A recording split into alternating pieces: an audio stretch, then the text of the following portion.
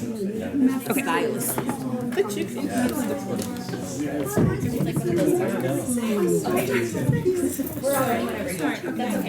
Let's call the JPL committee meeting to order at 6:04 p.m. So, Sarah, do you want to start off with the application?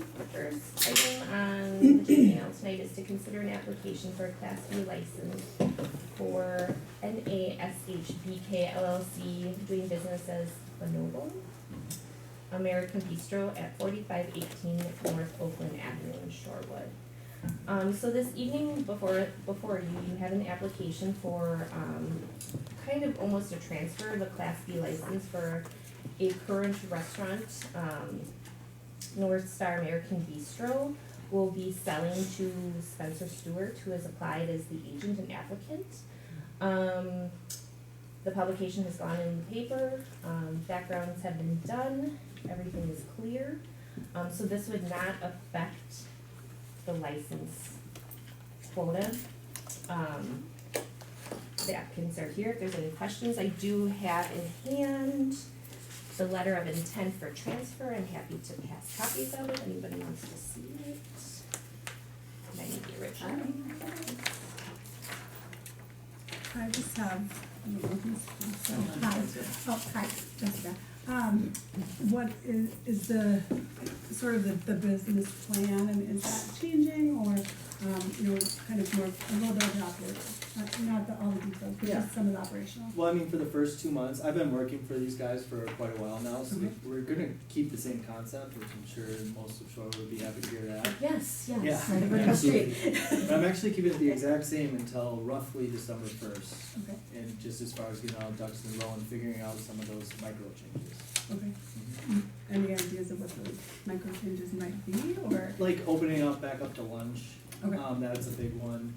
Maybe just changing just the marketing to just a little bit younger of a demographic, but maybe like adding pastas to the menu, stuff like that, just to freshen it up a little bit. Can I just ask you about lunch? Yeah. Because a lot of times we hear lunch is really hard in Shorewood. Yeah. In the past, do you feel like the market's changed at all, or? I think that if I plan to be there 24/7, and so I plan to keep it the same, but it's kind of hard to predict that. But as we were just talking, I think opening it up in spring might be the best idea, and just kind of getting everything lined up so that, because that's kind of a big change. It is huge, yeah. Yeah, and so it'll give me time to get the word out and things like that.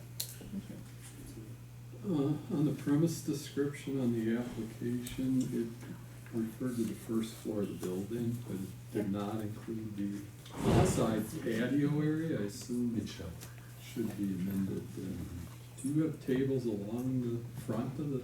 Everything it's still on, it's not on the public walkway, Yeah. but there are tables on the front. Okay. Yeah, I verified that with planning and development, so it's all on their property. So we can amend the premise before it goes to the board. How are the premises not included if it's all public members? They didn't list it specifically to say outside seating, where North Star has listed it specifically in prior applications. Right, so you have the north side of that open patio area. Yeah. It's delineated in Yes. And the separate. west side? Okay, Mhm. With the walkthrough between us and, right. yeah. And the west side has tables, correct? In front of it? Yes.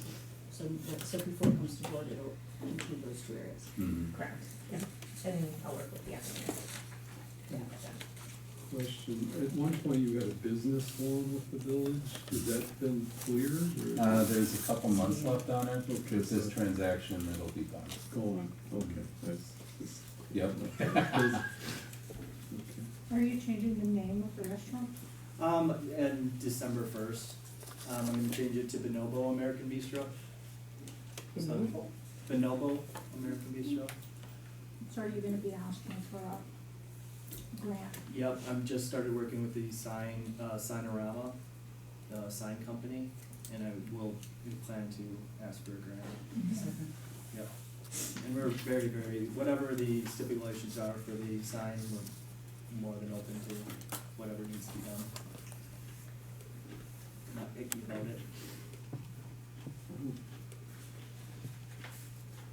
don't see a problem. I think it's exciting, and refresh the brand and refresh I the think so. restaurant. Yeah. I think you're in a great spot. So are you, you're the seller, right? Mhm. And so you're opening another business in Shorewood? Well, actually, according to the documents that I just signed, no. I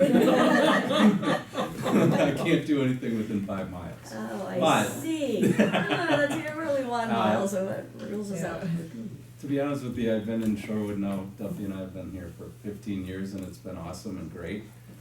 Sometimes you just have to make transitions as I am getting older and I am getting tired. So I'm not saying that we're abandoning Shorewood and I'm gonna be with this guy, you know, as long as it takes and as long as he wants to put up with me. But I will not, you know, just disappear. Excellent, thank So- you. Okay, so, would you say that this is going unanimously for approval to the board on the 16th then? Yeah. Okay, So 3-0. There you go. all right, you guys are all set, thank you. so Thank much. you. See you on the 16th. You bet. Nice to meet you. Thank you. Thank you.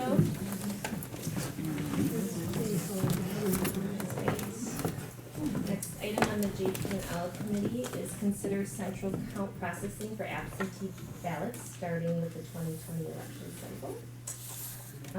So before you this evening, and I have asked a multitude of my chief inspectors who operate and run our polling locations to come, to discuss kind of currently how the absentee process occurs and some of the glitches that we run into, and I don't wanna say the heartaches, but you know, the time that it takes.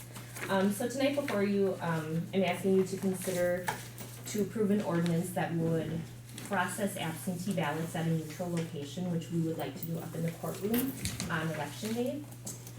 In-person absentee would occur as normal, so nothing would change with that process. The only thing that would change is actually on election day, instead of bringing the ballots to each polling location from Village Hall and delivering them. And then each polling location has separate workers that they assign to do that absentee processing. They would all stay here. We would have like almost a whole polling location here just to process absentee ballots. So the process would pretty much stay the same, except for the fact that they wouldn't be interrupting in the middle of the lines where people are trying to vote and put in their ballots, especially on the larger elections. As you can see, the numbers have steadily increased. Each year with every general election, we're almost adding like 1,000 voters, 1,000 absentees to process.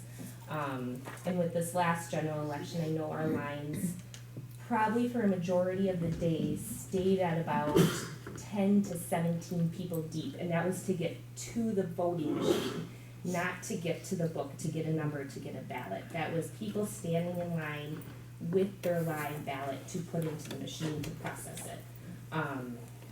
So obviously we're running a very efficient polling place until it comes to that point where we have to process the absentee ballots. The other help with this is when we have to recreate, remake, handle spoil ballots, handle email ballots. That process is very time consuming. If anybody gets distracted, it's where any error can occur very, very easily. And it's a lot of times where we end up off on our numbers, if we're ever off, is going back on those absentees. We also spend probably at least 1 to 3 to 4 hours on a Saturday before each election, depending on the size of the election, pre-numbering all those absentees. This would eliminate that whole process. Nobody would have to come in on that Saturday. They would all just be organized alphabetically downstairs as we got them when people are done voting, and then they would be handled almost like they were at the polling location here at Village Hall. So they wouldn't get a number? They would not get a number till election day. And then they would be assigned a number, so the name would be read out loud, just like you were going to vote. They would be signed a voter number on the envelope, just as they were, and in the book. And then, they would go through the whole, process just as pretty much they do on election day.